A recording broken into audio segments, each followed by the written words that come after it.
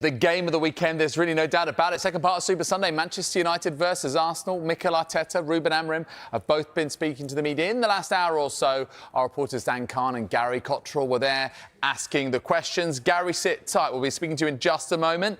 And Dan, let's come to you first. I mean, listen, United and Arsenal have both been excited by their new centre-forward because they've both got someone in that position. How does Ruben Amorim feel about his new man, BenjaminSesko? Yeah, afternoon, David. It's so intriguing, isn't it? Because it feels like both of these strikers have intertwining storylines. BenjaminSesko now at Manchester United. He was linked with Arsenal earlier in the window, and Victor Gyökeres, of course, now at Arsenal, worked under Ruben Amorim at Sporting Lisbon. But when we focus on Sesko, I mean, everyone has been very impressed by how he's behaved since arriving at the club in the last week, how he's trained, how he's adapted to his surroundings here at Carrington, and having signed for United just under a week ago for an initial fee of £66 million from RB Leipzig. He's very much now a Manchester United striker and really forming this new look attack with the likes of Brian Mbeumo and Matheus Cunha. Between the three of them, they scored 48 league goals between them last season, and that's what Ruben Amorim will be hoping for. Just over £200 million for all three players. Will be hoping that his attack will now be bolstered going into this new season. A serious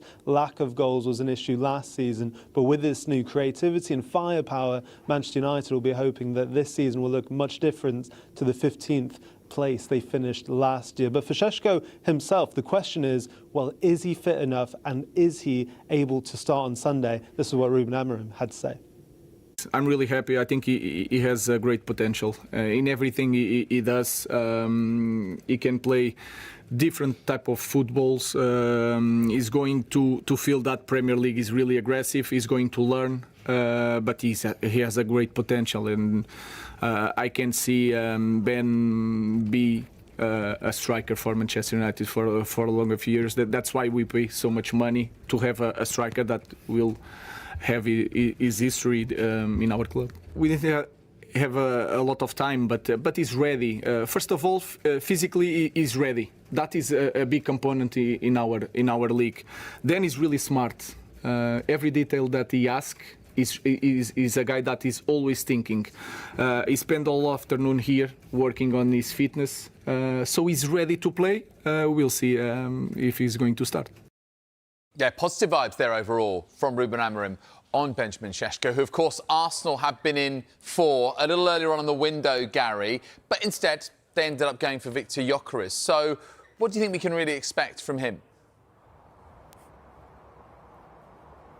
Well, everyone here is delighted by him, by his arrival, by the fact, of course, that he made it clear, potentially, of course, a bit controversially, that he wanted to come to Arsenal, and he's here and he's settled in really well around the place, in the dressing room with the other players, and of course on the pitch, because he scored, didn't he, at the Emirates last weekend, was involved as well in a lot of the attacking play, could have had a second but for a great save. And Mikel Arteta's impressed not only by his football but by his career so far, the fact he's got experience of English football in the Championship, the fact that he dealt with and bounced back from the fact that when he was at Brighton he didn't get any Premier League football at all. He moved away, he improved himself, and then of course everything he achieved in Lisbon. He always scores in the first game of the season. He did so for the last two seasons in Lisbon. He did so the season before that at Coventry. I think he'll start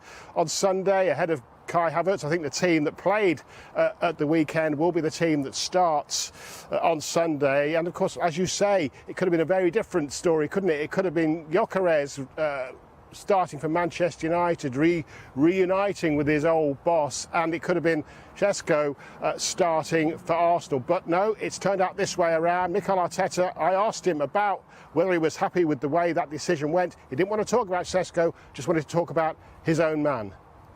I can just talk about Victor and how happy we are to have him. I think he's going to have a tremendous impact in the team. His adaptation has been very, very good, and we're really happy to have him. And first of all, understanding the player and exposing the player to the conditions that he can fulfill his incredible potential.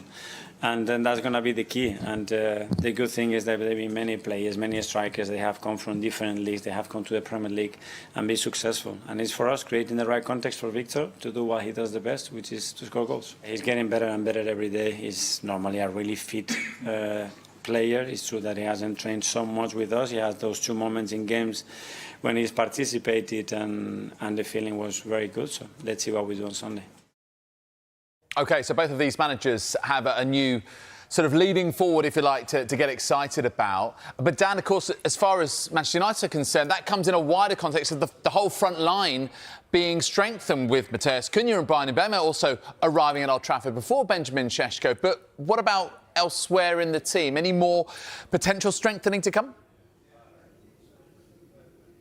Yeah, David, I mean, you're right to mention the incomings, and actually very impressive work by Manchester United to get these signings done well before the season has begun, because we've seen in the last 5 or 6 years they've been entangled in long transfer sagas, even for the likes of Harry Maguire, Anthony, Manuel Ugarte even last summer you could mention. But all 3 signings and the forwards are in. Diego Leon also as a fullback they secured quite early on in the window as well. But now the focus, as you said, will be on outgoings, and we know there are players who aren't part of Ruben Amorim's kind of first team plans going forward. The likes of Alejandro Garnacho, very heavily linked with Chelsea. We know they're very interested in the young winger, just waiting for them to formalise that interest. Also the likes of Jadon Sancho, really heavily linked with AS Roma as we understand it. But then also Rasmus Højlund, who didn't feature last weekend at Old Trafford against Fiorentina in their last friendly. Ruben Amorim actually went with Mason Mount as their forward option on that occasion, and his future now very much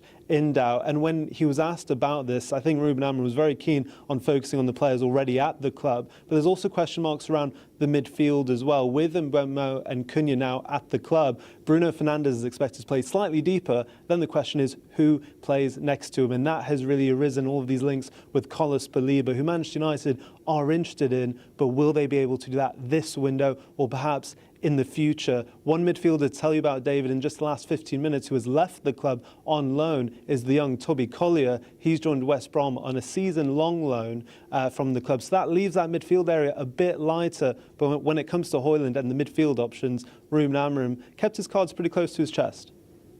Is one more option. We will see. We are focusing this game, and Rasmus is still our player. Hi, Ruben. Just on the midfield situation, do you want a new midfielder to come in, and would you be confident of getting one in? Because it does look like you're quite light in that area. I'm really happy with our players. They are working really well. We have different players for that position, so we are prepared to win any game with our players. OK, so Dan was speaking there with Ruben Amorim. And Gary, I'm sure that Mikel Arteta is delighted when he sees you pitch up at Arsenal's training ground, ready to ask that first question, as you have the right to do, in your own inimitable way, choosing poetry and metaphor. Go on then, tell us more. Listen, he was in a good mood. You could tell he was in a good mood. I had an Arsenal balloon as well, just to celebrate what is a big new season for Arsenal and, of course, for us at Sky Sports. And he's aware that it's a big season for him and Arsenal. And he referred back to those 3 second-place finishes when he was asked whether or not Arsenal could go one better this time. And he said, look, you keep digging and digging and digging until one day the gold is there. And he also confirmed, by the way, that despite criticism this week from a former Arsenal captain, Martin Odegaard won the players' vote outright, really. A massive majority for him to carry on as captain. So, yeah, you're right. The opening of the news conference, after I presented him with this card, was a poem in this card. Arsenal are red, United are too. It's Sky's biggest Premier League season ever. We're excited. Are you? I'm super excited. I can't wait. It's been a really productive pre-season. We made such an evolution in the squad as well, and we're ready to go. After having come close 3 times now, knocking on the door of the title, but this season really is the most pressure on you and your team. Yeah, you keep digging, and you have to be digging because one day the gold is going to be there, you know, and that's all the time. When I've been tough, when I've been educated, and that's it. For 3 seasons, we have more points than any other team in this league, which is incredible. So that's all about the consistency. Now we have to do it in a season earn one more point to the same amount of points and more goals difference than any other team. That's the objective. OK, so in terms of that, Gary, I mean, you know, what you've already got, obviously struck up a bit of a rapport with Mikel Arteta over the seasons, and Dan has obviously as well with Manchester United just settling into life there. Guys, it's set to be a brilliant Super Sunday Part 2. Thank you very much indeed. Mikel Arteta is a firm admirer of Rodrigo, the talented Brazilian forward currently at Real Madrid. The Arsenal boss sees huge untapped potential, the 23-year-old, and believes the Premier League could be the perfect stage for him to reach even greater heights. Arteta is particularly impressed by Rodrigo's versatility, composure in big moments, and natural goal-scoring instincts. He doesn't just view Rodrigo as a rising talent, but as a refined player who could be elevated even further within Arsenal's dynamic, high-intensity system. Arteta is confident that, under his guidance, Rodrigo could develop into one of the most dangerous attackers in English football. Signing a player of his profile would send a strong message about Arsenal's ambition to compete for major trophies in both domestic and European competitions. For Arteta, Rodrigo represents a key piece in a long-term vision of sustained success at the Emirates.